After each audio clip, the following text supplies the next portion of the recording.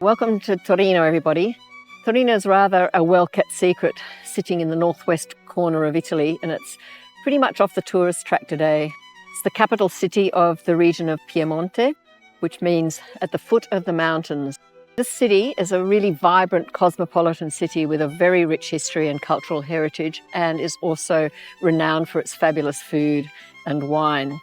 This city was really developed by the Romans, who realised its potential about where it sits on the river, and they planned the town as a grid, and you can clearly see that when you look at a map of the city. You can see this grid pattern. It's home to some of the biggest brands that most of you will know: Fiat, Lavazza Coffee, Martini Rossi, Ferrero Rocher, chocolates, etc. Famous especially for its outstanding Baroque architecture, with two really famous architects, Guarino Guarini and Filippo Juvara.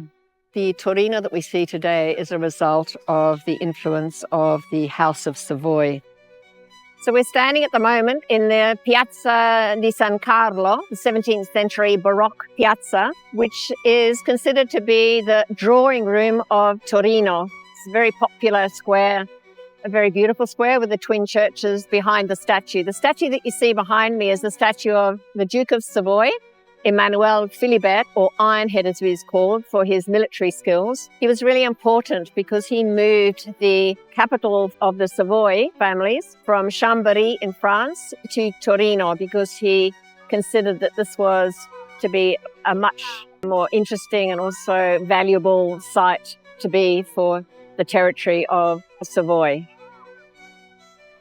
Behind me you can see the twin churches, the 16th century Baroque churches of Santa Cristina on my right and San Carlo on my left. So these churches, the feminine and the masculine, these marry with or reflect, should I say, the twin churches that you find in Rome in the Piazza del Popolo.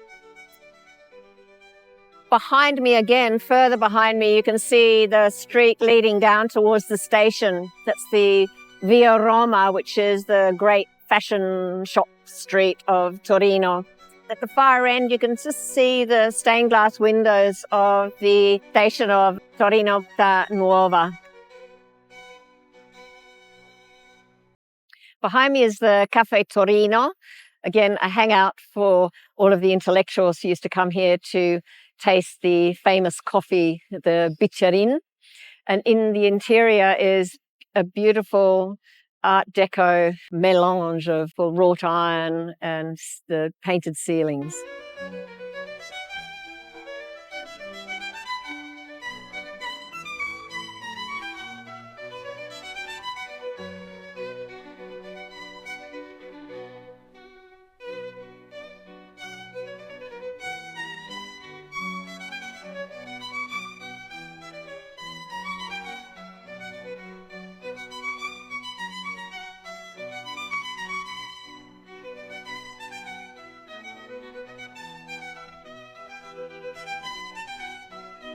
So I'm standing now in front of the Café San Carlo, which is the sister cafe of the Café Torino. So we're going to go inside and try out one of the famous coffees associated with Torino, the biccherin.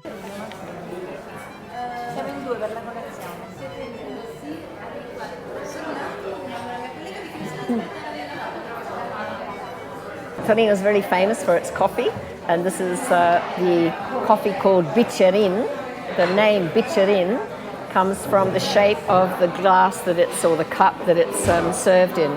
It's a type of coffee which is made of 3 ingredients, which is at the bottom hot chocolate, then a shot of espresso coffee, and then finished off with whipped cream on the top. And the idea of this is that you're not supposed to stir it. You're supposed to drink it so that you can taste all of the different layers of the flavours within this special coffee.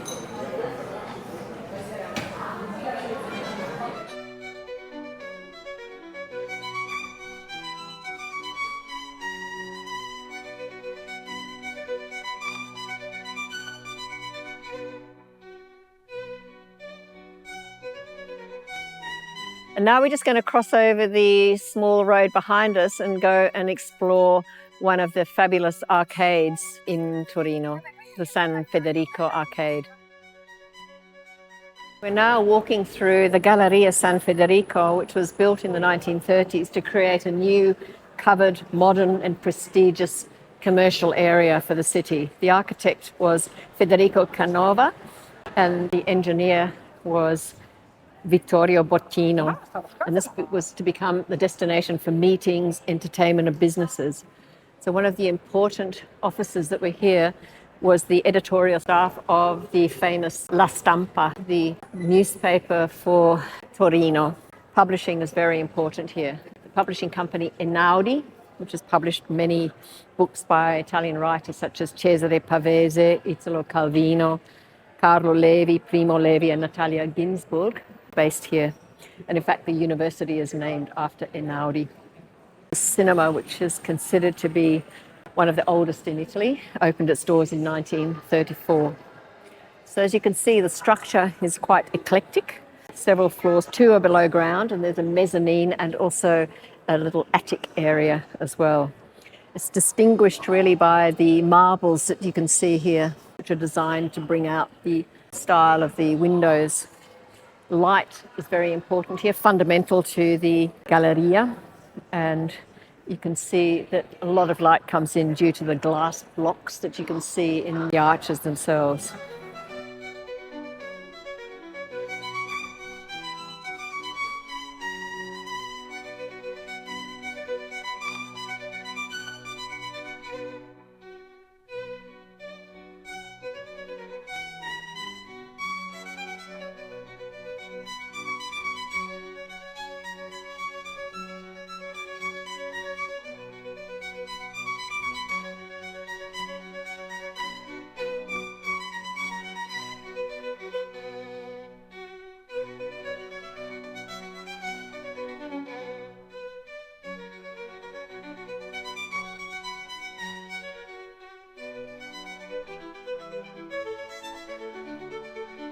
You might have noticed behind me this amazing facade of the Church of San Filippo Neri. This was restored by Filippo Juvarra in the 17th century. So it's got a kind of Baroque and neoclassical facade.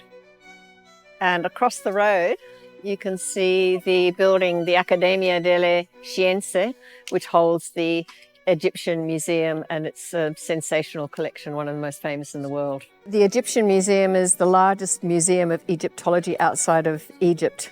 It was revamped in 2006 and they're continuing to do some of the restoration work on the exterior of the building at the moment.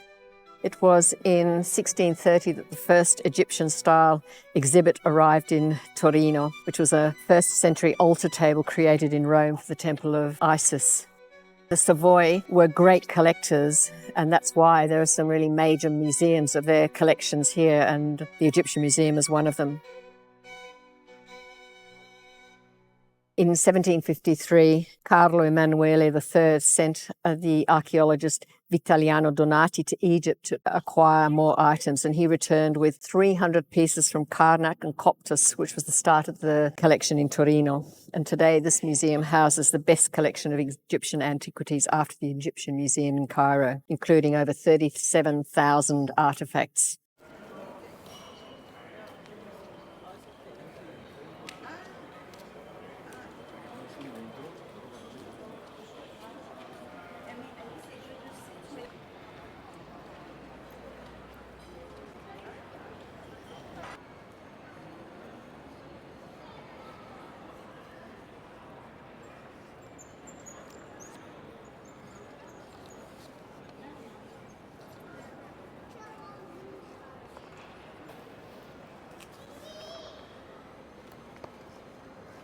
So we've now arrived in the Piazza Carignano, and behind me is one of the most important buildings historically in Torino's history.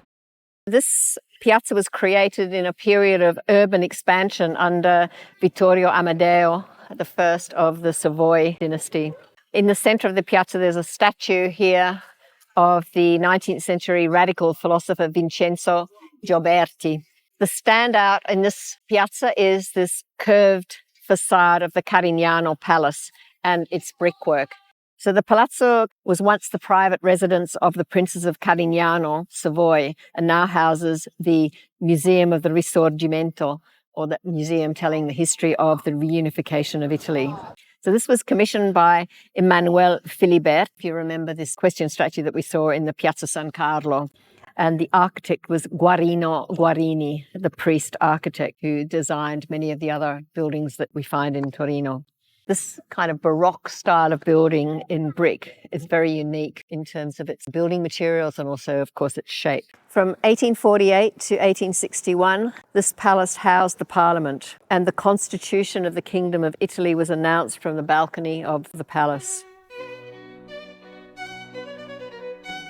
So behind this palace is the famous Carlo Alberti Square. This is considered to be one of Torino's most elegant squares. It's completely pedestrianised and fringed by perfect examples of world-class Baroque architecture.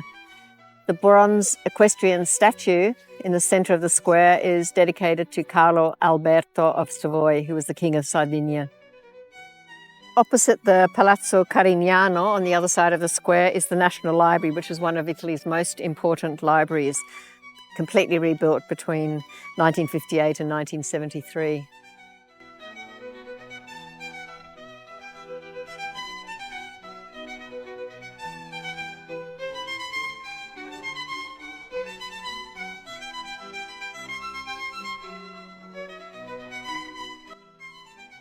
So behind this plaque was the house where Friedrich Nietzsche lived from 1888 to 1889 and witnessed a scene in the square which would trigger one of his irreversible mental breakdowns.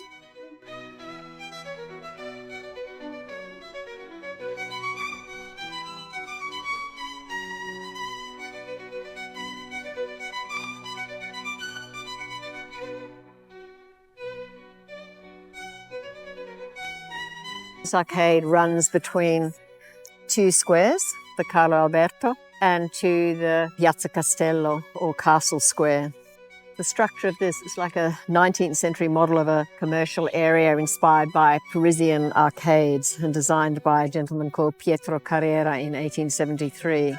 It's a quite large, as you can see, bright retail gallery.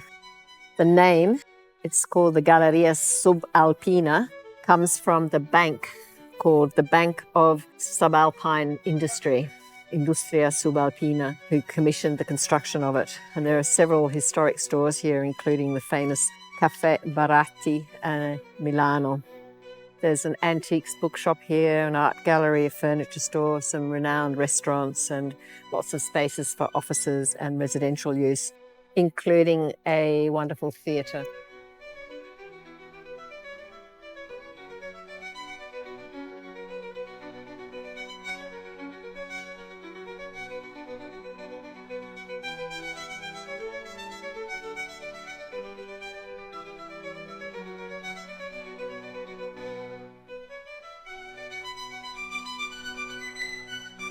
So we've now come to the Piazza Castello, or Castle Square, which is considered to be the grandest square in the city. So this piazza was begun when the House of Savoy demolished buildings to erect the original Palazzo Madama, which dominates the centre of the piazza. This dates really to the 1st century BC, and it was the site occupied by the gate in the Roman walls from which the Decumanus Maximus departed, which was the traditional cross-town street of the Roman castrum. Two of the towers at the rear of this building, although they're restored, really testify to the original nucleus of this part of the city. Beyond this unassuming bluish facade behind me sits a really spectacular church, and you can see the dome of it above the facade itself. So this was a church, the Church of San Lorenzo, or St. Lawrence, and it's to celebrate the battle won by Emanuele Filibert, whose equestrian statue we first saw in the Piazza San Carlo. So in 1557, on the 10th of August, which is the feast day of St. Lawrence, a battle of St. Quentin was won against the French. And then Emanuele Filibert made Torino the capital. Inside is this spectacular architectural feat by Guarino Guarini, one of the major architects of this Baroque period.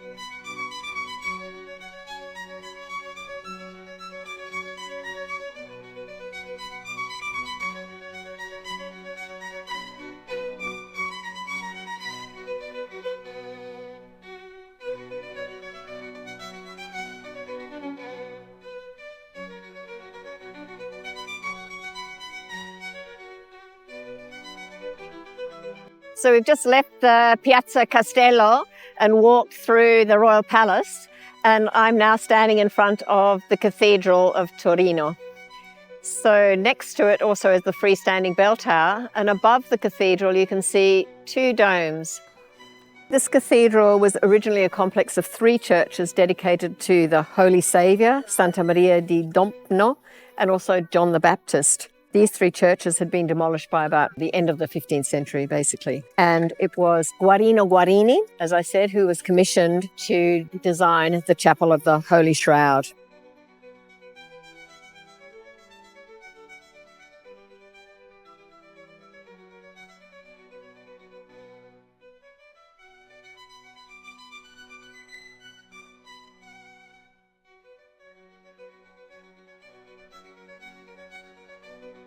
Still in the Quadrilatero district, where there are many Roman ruins. The Roman theatre at the back of the Royal Palace and lots of bits and pieces in back streets. The gate which we're looking at the moment is the Porta Palatina. In the Roman era, the Palatine Gate, i.e. the Porta Palatina, was a gate providing access through the city walls of Julia Augusta Taurinorum, now known as Torino or Turin. And since the gate opened to the north side, it was called the right side main gate. So the structure you can see erected on a square basement flanked by two cylindrical towers. And the left one has got a crenellated top. And there are four entrances altogether. So the two central entrances were wide enough to admit vehicles, and the two end entrances were for pedestrians only. So we've now left behind the grand squares of central Torino, and we're off to explore the outstanding markets of Porto Palazzo.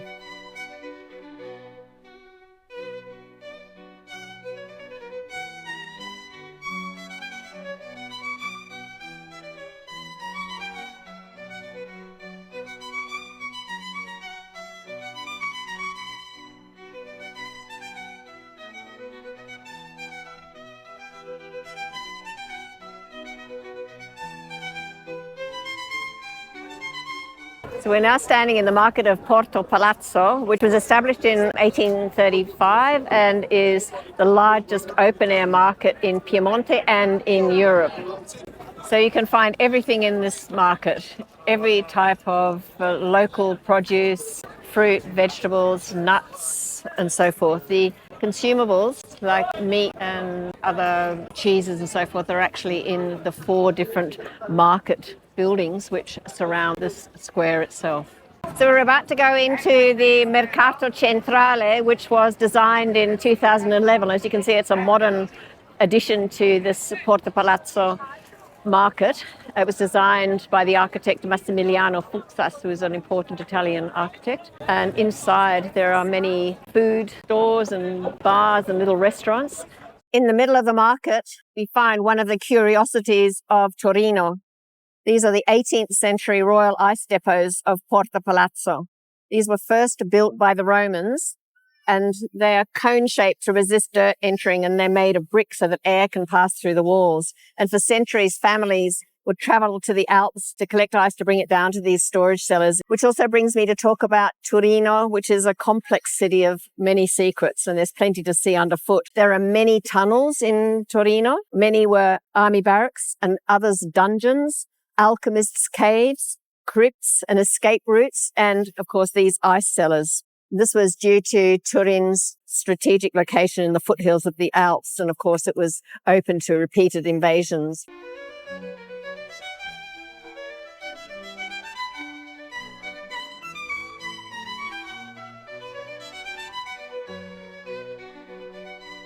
So we're now making our way through this beautiful green space, which is behind the Royal Palace, and on our way down to the next area that we want to visit, which is the Mole Antonelliano, the iconic structure that you see on every picture postcard of Torino.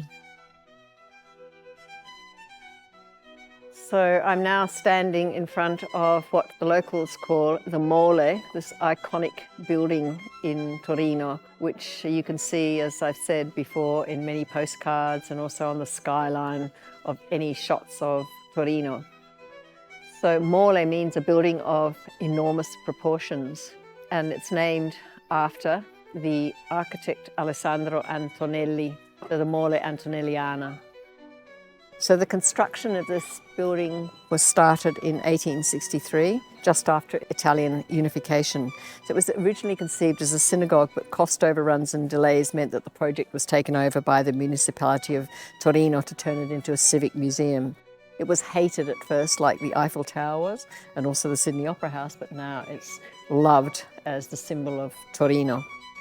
Since 2000, this building has housed the National Museum of Cinema, which is the tallest museum in the world.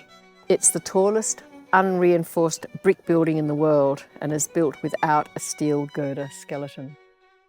We're now going to walk down to the river via Via Vittorio Veneto. We're then going to cross the Vittorio Emanuele I bridge over the River Po and finish our tour with a spectacular view from Monte dei Cappuccini.